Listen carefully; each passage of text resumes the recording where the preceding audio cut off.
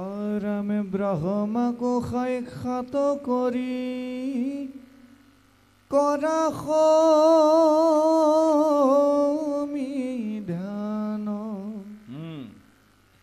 তথাপি তোমাৰ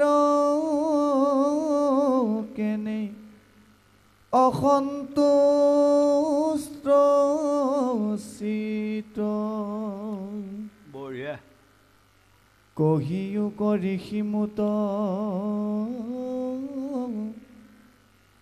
ইহাৰ কাৰণ শুনি প্ৰাণী প্ৰাতে ব্যাসে বুলিলা বচন হওঁ যদি আমি বেদ শাস্ত্ৰত পাৰগত বঢ়িয়া কৰুণীতে ঈশ্বৰয়ৰ পনা কৰ্মযত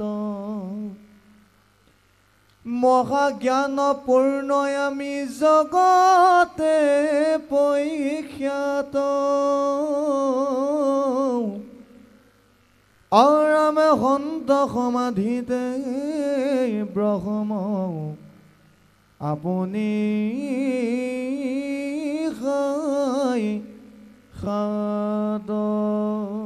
এতিয়া আজি মানে ব্যাসৰ যিটো বিতন্তা সেইটো আমাক যেতিয়া মায়াই পাব তেতিয়া আমাৰ বিতন্তা তাৰমানে পথটো হাৰা হৈ যায় নহয়নে বাৰু যেতিয়া আমি কৰ্মৰ যিকোনো কৰ্মৰে আমি শৃংখলা পদ্ধতিটো পাহৰি যাম তেতিয়া আমাৰ পথ হাৰা হয় তদুপ আজি তেওঁ যিমানবোৰ লিখিলে বেদ বেদান্তৰ পৰা আদি কৰি কিছুমান জীৱ সংহাৰ জীৱনাশৰ কথাও তাত লিখি গ'ল কিছুমান মায়াৰ কথা কিছুমান লিখি গ'ল হয়নে কিন্তু মায়াত পৰিলে এতিয়া আমাৰ মন কৰিবচোন আমাৰ প্ৰত্যেকৰে কিহে আমাক আৱৰণ কৰি আছে জানে আমাৰ সকলোৰে হৃদয়ত তালু ললাট চক্ষু শ্ৰৱণত নাসিকা জীৱাব দন কণ্ঠে কোনজন দেৱ বিশ্বখন বাক্য বোলে ঘনে ঘন দুই বাহুৰ তলে চাৰি চক্ৰ জলে কোনো আছে হৃদিৰ মাজে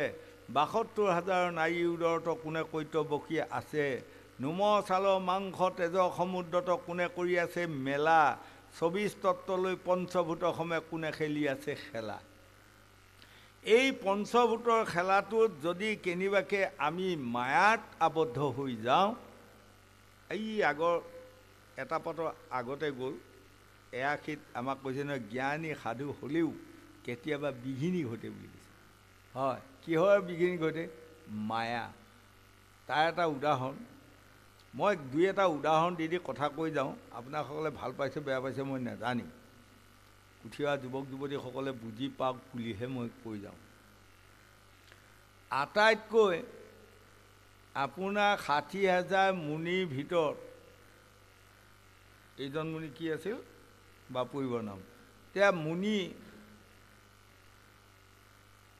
ব্ৰহ্মাক যায় ক'লেগৈ পৰম পিতা মই ব্ৰহ্ম ঋষি পদটো দিয়ক আৰু যেনেকৈ আমাৰ এতিয়া আঁতৰি বৈষ্ণৱ সাধু মহন্তৰ তেনেকুৱা ভাগে ভাগে হয় নহয় কিছুমানত এতিয়াও আছে নহয় প্ৰসাদ খোৱাৰ লগে লগে আঁতৰিখিনি এইপিনে খা ভকতখিনি এইপিনে খা বিয়াইখিনি এইপিনে হ অবিয়াই খোপা হৈ পিনে ব হয়নে সিহঁতে বিয়া পাতিব পৰা নাই আকৌ কিহ আমাৰ লগত খাব পাৰে তেনেকুৱা আছেনে নাই এই তেতিয়া সেই মুনিয়ে ক'লে মোক ব্ৰহ্ম ঋষি দিব লাগিব তেতিয়া ব্ৰহ্মাই ক'লে তুমি লোভ মোহ কাম ক্ৰোধ মন মৎসৰ্য মায়া এইকেইটা ত্যাগ দিব পাৰিলা কৈছে এই কেতিয়াবাই ত্যাগ দিলা তেনেহ'লে তুমি আৰু ৭,০০০ বছৰ তপস্যা কৰা মই পাতিম বাৰু যাই তেওঁ তপস্যা কৰি আছিল কৰি থকাৰ লগে লগে লগে লগে ৭,০০০ বছৰ হয় আৰু মাত্ৰ ৩ দিন বাকী আছে সেইদিনা ইন্দ্ৰই দেখিলে ই ৭,০০০ বছৰ তপস্যা কৰি হ'লে ক'বা মোৰ ৰাজ্যখন কাঢ়ি ল'ব হয় গতিকে এই উগ্ৰসী অপেশ্বৰাক যায় ক'লে গৈ তুমি যাই এই ঋষিৰ তপস্যাটো ভংগ কৰা অপেশ্বৰা কিমান জানে ৬০,০০০ এগৰাকী ৬০,০০০ গৰাকী অপেশ্বৰা প্ৰভুগ্ৰন্থ বাওঁহাতৰ বাহুৰ পৰা জন্ম দিয়াইছিলে। আৰু এই উৰ্বশী গৰাকৰ নৰনাৰায়ণে তপস্যা কৰি থাকোঁতে যেতিয়া কামদেৱৰ পৰা আদি কৰি অপেশ্বৰা গন্ধৰ্বসকলে তপস্যা ভংগ কৰিব যায়, তেতিয়া নৰনাৰায়ণে দেখি বুজি পায়, তেওঁ বাওঁহাতৰ উৰটোত চাপৰ এটা মাৰিলে, মাৰাৰ লগে লগে এজনী নাৰীৰ জন্ম হ'ল। অন্তত্য ৰূপৱতী, অৰ্থাৎ 60,000 অপেশ্বৰাৰ ওপৰত ৰূপৱতী। আৰু তেতিয়া নৰনাৰায়ণ ঋষিয়ে ক'লে, এইজনী অপেশ্বৰা লৈ যোৱা ইন্দ্ৰক দিয়াগৈ, আমি ইচ্ছা কৰিলে অপেশ্বৰা জন্মাব পাৰোঁ। তেনে স্বত্বত অপেশ্বৰা দি পেলাই মোক মানে তপস্যা ভংগ কৰিব আহেকি, হয়নে? মই বাৰু সিপেনে যোৱা নাই। সেইজনী নাম হ'ল উৰ্বশী। ইন্দ্ৰই ভাবিলে উৰ্বশীক যাক পঠিয়াই দিম, উৰ্বশীক বহুততে পঠিয়াৰ লগে লগে ঋষি মুনি তপস্যা ভংগ হ'বই। মহা মহন্তৰো মানে তপ ভংগ হয়। আৰু গৈ যেতিয়া নাচ বাগ কৰি থকাৰ লগে লগে তেতিয়া ঋষিয়ে চকু মেলি চোৱাৰ লগে লগে দেখিলে, হেই মিছা মিছি বনৰ মাজত ফল মূল খাই এসোপা তপস্যা কৰি থকাতকৈ এয়া ধুনীয়া ছোৱালী বিয়া কৰি লৈ ধুনীয়াকৈ থাকিব লাগে, নহয়নে? তাৰ মায়ে লাগি গ'ল।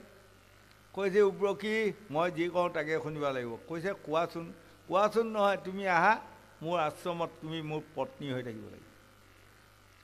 তেতিয়া লগে লগে উৰ্বশীয়ে কান্দি কান্দি ইন্দ্ৰক ক'লে, আপুনি কি পাল্লাত পেলালে? এতিয়া মই হেনো সভৈ ঋষিৰ মানে পত্নী হৈ থাকিব লাগিব।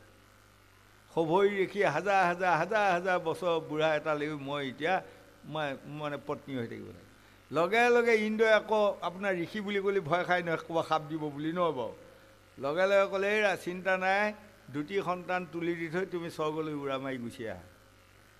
সৰ্বনাশ, এটা তোলোঁতেই কিমান দিন যাব, এতিয়া 2টা তুলিব লাগিলে বহুত দিন নালাগিব, হয়নে? লগে লগে কান্দি কান্দি বিষ্ণুক ক'লে। বিষ্ণুৱে ক'লে, ইন্দ্ৰৰ বাক্য অৱহেলা কৰিব পৰা ক্ষমতা মোৰ নাই, কিন্তু এটা কাম কৰা, মই এটা সকাহ দিলোঁ, কি একেলগে তুমি 2টি সন্তান তুলি দি থৈ গুচি আহা। সেইটোৱে, সেইদিনাৰ পৰা এই পৃথিৱীখনত যজা সন্তান বেছি হ'ল। এতিয়াতেও আজি 6টা বছৰ মই গণিছোঁ অসমত, 6টা বছৰৰ পৰা খুব হৈছে। য'তে যাওঁ ত'তে খালি যজা সন্তান হোৱা, মোৰ ওচৰত আশীৰ্বাদ ল'বা সেইটো, মই বঢ়িয়া আশীৰ্বাদ দিওঁ যেনিবা, হয় বেছি হৈছে, হয়। এইটো ভাল বেয়া সেইটো ভগৱানে জানিব বাৰু, ভালৰ কাৰণে বুলিয়ে ধৰি থকা আৰু। কাৰোবাৰ 2টি ল'ৰা হৈছে নহয়, সেইদিনা পাইছোঁগৈ এগৰাকী মানুহ ককায়েক ভায়েক 3টা, মানে ডাঙৰটো ককায়েকৰ ল'ৰা নাই, ছোৱালী এজনী, একেবাৰে সৰুটো ল'ৰা ছোৱালী একেবাৰে নাই, মাজুটো এবাৰত 2টা ল'ৰা, এবাৰত 2টা ল'ৰা, মস্ত এতিয়া 2টা ডেকাই হৈছে আৰু 2টা সৰু হৈ আছে, ধুনীয়া, হয়। সেইদিনা দৰঙত গ'লোঁ ভাগৱত গাবা, সদৌ শেষত লৈ আহি মানে কেইগৰাকী মানে সেৱা কৰিছে, কিছুৱে সেৱা কৰিছে, মানে একে জা জোৱালী ভাই ককাই, হা। এজনৰ মানে এগৰাকীয়ে সুধিলোঁ, গোসাঁনী ল'ৰা ছোৱালী কি আপোনাৰ? কৈছে, ল'ৰা পোৱালী 3টি দিয়ক। আকৌ এগৰাকীক সুধিলোঁ, গোসাঁনী ল'ৰা ছোৱালী কি? কৈছে, আৰু কিনো কৰিম আৰু 3জনী ছোৱালীয়ে দিয়ক, একে হোৱা কথা দিয়ক, সিদিনা এই অলপতে। তেতিয়া মই মানে 2গৰাকীৰ মুখৰ ফালে চাই আছোঁ, এই ল'ৰা নোহোৱা গৰাকীয়ে মানে অলপ বেজাৰত কৈছে, কথা ভগৱান কৃষ্ণ সেইকাৰণে মদকীকেইটাই বেয়া বুলি কৈছিল নেকি? নহয়, ইঘৰ ল'ৰা এটা সিঘৰত দি, সিঘৰ ছোৱালীজনী সিঘৰত দিয়া হয় কি ধুনীয়া হয়, 2গৰাকী নহয় বাৰু। চাওক, থাকে নকৰিলে ভগৱানে, হয়নে? হয়। গতিকে এয়া হ'ল, কিন্তু এতিয়া বেয়া পালে নহ'ব। আগৰ যুগৰ পৰা আমাৰ পুণ্যৰ ক'ৰবাত তাতটো মই ঘটি অহাৰ ফলত আমি কোনোবাই দানৰ পাইছোঁ, পুণ্য পোৱা নাই, কোনোবাই পুণ্য পাইছে, দানৰ পোৱা নাই। ল'ৰা হ'লে পুণ্য, ছোৱালী হ'লে দান। এজনী ছোৱালী আপুনি জন্ম দি পেলাই যদি দান দি এজনক বিয়া দিব পাৰে, তেনেহ'লে অশ্বমেধ যজ্ঞ কৰা ফলটো আপুনি গৃহতে পাব। যাৰ ছোৱালী নাই সি পাব নেকি সেইটো দান? কিবা নোৱাৰে, নহয়নে? আৰু এটা কথা মন কৰক, এতিয়া আমাৰ গোসাঁই ভাগৰ ল'ৰা ছোৱালী কেইটামান আছিলে, কথা এটা কৈছোঁ, যিদিনা শেষ হ'ল, বিয়া বাৰু পাতি শেষ হ'ল, সেইদিনা আপুনি ঢপলিয়াই মৰিব। আপোনাৰ ঢেৰ ধন আছে, পাছত দৰা বাপেক হ'ব পাৰিব আৰু নে এদিন? কইনা বাপেক হ'ব পাৰিব আৰু নে এদিন? নোৱাৰে, হয়নে? মই শেষত সৰু ল'ৰাটো বিয়া সময়ত আমাৰ আইসকলে মোৰ পৰিবাৰক ধৰিছে, তুমি নাচিবাই লাগিব হা, মোৰ পৰিবাৰে সেইবিলাক ভাল নাপায় আৰু। তাৰপিছত মই যাই মোক মানে গোটেই আইসকলে সকীয়াইছে আৰু, দেখিছে গুৰুজন আপোনাৰ গিৰিণী আজি নানাচে, আমাক কথা পেলাইছে হেনতেন। মই বোলো এৰা, তুমি ইমান দিন দৰা মায়েকো হ'লা, কন্যা মাকো হ'লা, নহয়নে বাৰু? 4বাৰ, এইবাৰৰ সৈতে 4বাৰ হ'ব। এইবাৰপে তুমি যদি হাপাহতো মৰা, তেও দৰা মায়েকো হ'ব নোৱাৰা আৰু কইনা মায়েকো হ'ব নোৱাৰা। ময়ো নোৱাৰোঁ আৰু দৰা বাপেকো হ'ব নোৱাৰোঁ, কইনা বাপেকো হ'ব নোৱাৰোঁ, নহয়নে বাৰু? গতিকে তুমি নাচা এইবাৰ, ৰাইজকো সন্তুষ্ট এটা দিয়াচোন, নহয় বাৰু? এই তদু তেনেকৈ এতিয়া সবৰি দেখি মানে যেতিয়া প্ৰভু ভগৱন্তে ক'লে 2টি সন্তান তুলি দি থৈ গুচি আহ, তেতিয়া লগে লগে 10 মাহ 10 দিনৰ পাছত 2টি সন্তান জন্ম দিয়াই উব্ৰকীয়ে ক'লে, প্ৰভু আপোনাৰ পৰামৰ্শ মতে এই 2টি সন্তান জন্ম দিয়া হ'ল, এতিয়া মই আপোনাকে অৰ্পণ কৰিলোঁ আৰু মই যাওঁগৈ, এই বুলি উৰা মাৰি গুচি গ'লোঁ। যোৱাৰ লগে লগে হাহাকাৰ লাগিল নহয় সবৰি দেখি, সৰ্বনাশ, নহয়নে বাৰু? মাক গ'লগৈ যেতিয়া, ইহঁতক কোনে খুৱাব, কোনে পালিব এতিয়া? সৰ্বনাশ, এই 7,000 বছৰ তপস্যা কৰাটো এনেই গ'ল, বিয়া কৰাৰ পাছত মই পাপত পৰিলোঁ, এনেই গ'ল, আকৌ যদি এই সন্তান 2টি মৰেই, তেনেহ'লে নৰহত্যা পাপত মই পৰিব লাগিব বুলি তেওঁ মানে বৰ দুখেৰে সৈতে তুতি প্ৰাৰ্থনা কৰি প্ৰভু ভগৱন্তক ক'লে, প্ৰভু মই আপোনাকে অৰ্পণ কৰিলোঁ, মই হিমালয় গিৰি পৰ্বতত যায় পাপ নাশ সেইটো মই তপস্যা কৰোঁগৈ বুলি গুচি গ'ল। তেতিয়া স্বয়ং বিষ্ণুৱে বৈকুণ্ঠৰ পৰা চাই হাঁহিছে।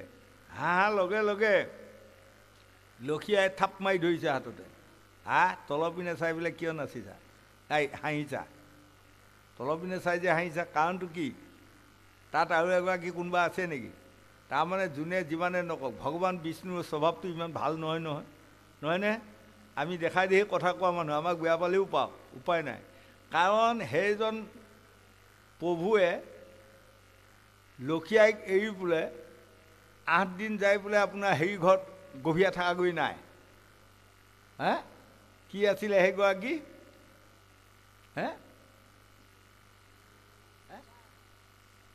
কি ঘনুচা লগত গৈ 8 দিন গভীয়া আছিলগৈ, হয়।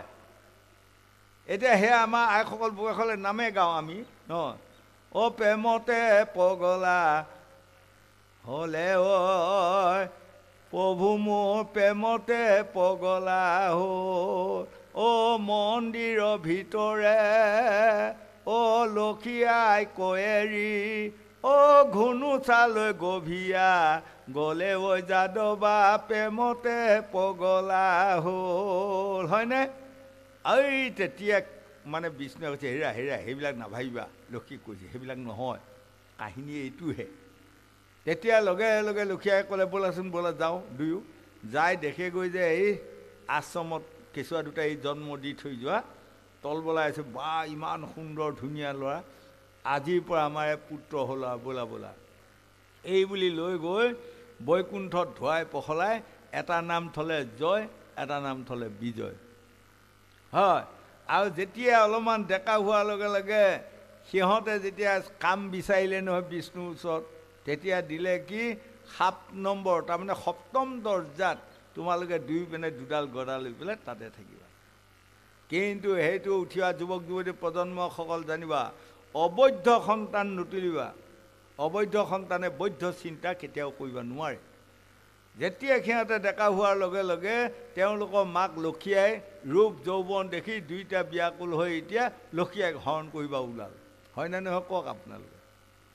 নহয়, এই তেতিয়া পৰম প্ৰভু ভগৱন্ত বিষ্ণুৱে কৈ আছে, হাই কি ধুনীয়া 2টি কুকুৰ পোৱালি পুহিলোঁ, কুকুৰ পোৱালি 2টি দেখাই শুনাই বৰ ধুনীয়া, কিন্তু এতিয়া পাগল হ'ল। এতিয়া সিহঁতে যদি কাৰোবাক কামুৰে সেয়াওতো বলিয়া হ'ব, গতিকে কুকুৰ পোৱালি 2টা মাৰি পেলাব লাগিব। এতিয়া কুকুৰ পোৱালি 2টা মই নিজে আনি নিজে পোহা কুকুৰ পোৱালি 2টা মই মাৰতকৈ কাৰোবাৰ হতুৱাই মাৰিম, এই বুলি সনক সনন্দ সনত কুমাৰ সনাতনৰ হৃদয়ত যায় তেওঁলোকে বৈকুণ্ঠক যোৱা ইচ্ছা বনাই দিলে। যেতিয়া বৈকুণ্ঠত তেওঁলোক উলংগত, কাপোৰ কানি নিপিন্ধে, আহি গৈ যেতিয়া নুসুধাকৈ পাৰ হৈ গ'ল, লগে লগে জয় বিজয় তেওঁলোকক বেতৰে কোবাই ঠেলিয়াই গতিয়াই বাঢ়ি কৰি দিলে। হা, উলংগত হৈ পেলাই বৈকুণ্ঠক আহিছা। এই তেতিয়া চাৰিশিতে কৈছে, এইৰা বৈকুণ্ঠ, য'ত নাই কুণ্ঠাবোৰ তাক কয় বৈকুণ্ঠ। বৈকুণ্ঠত মানুহ খং আহেনে? বৈকুণ্ঠত ৰাগ আহেনে? বৈকুণ্ঠত লোভ মোহ কাম ক্ৰোধ আহেনে? তোমালোক বৈকুণ্ঠত থকা যোগ্য নহয়। হেন দেখি চাৰিশিদ ক্ৰোধে জ্বলি গ'লা, দুই পাৰি সদক চাই সাপিবে লাগিলা। শুনা দুই পাৰিষদ আমাৰ বচন, জন্মে জন্মে বিষ্ণু বৌৰী হোৱা দুইজন, এবাৰত নহ'ব, তিনিবাৰ মৰ্ত্যত জন্ম ল'ব লাগিব। প্ৰথমতে হবি হিৰণ্যকশিপু হিৰণ্যাক্ষ, দ্বিতীয়ত হবি ৰাৱণ আৰু কুম্ভকৰ্ণ, তৃতীয়ত হবি শিশুপাল দন্তবক্ৰ, ইয়াৰ পৰা গুচি যোৱা। হয়নে? এতিয়া আমাক দেখুৱালে সেইটো বৈকুণ্ঠ। আকৌ আমাক সামাজিক বৈকুণ্ঠ দেখুৱালে ক'ত? এখন বিশ্বত বৈকুণ্ঠ দেখুৱাই আছে, স্বৰ্গৰ ওপৰত আকাশৰ ওপৰত ক'ৰবাত এখন বৈকুণ্ঠ আছে। আমাৰ মানুহে বিশ্বাস আমি কৰোঁ আৰু নহয় বাৰু। কিন্তু আমি আগত সামাজিকত যদি চাওঁ, আজি এইখন বৈকুণ্ঠ য'ত ভাগৱত চলি আছে, ইয়াত বাৰু কাৰোবাৰ কুণ্ঠাবোধ আহিছেনে? ইয়াত কাৰোবাৰ লোভমোহ আহিছেনে? নাহে। কাৰোবাৰ ৰাগ খং আহেনে? নাহে। যদি কেনেবাকৈ দেখিব এনেকুৱা ভাগৱতৰ স্থলীটো কোনোবা মানুহ ৰাগ খং অহা দেখে, সেইটো জানিবা হিৰণ্যক্ষয় আৰু হয়নে নহয়? গতিকে য'ত নাই কুণ্ঠাবোধ তাকে কয় বৈকুণ্ঠ।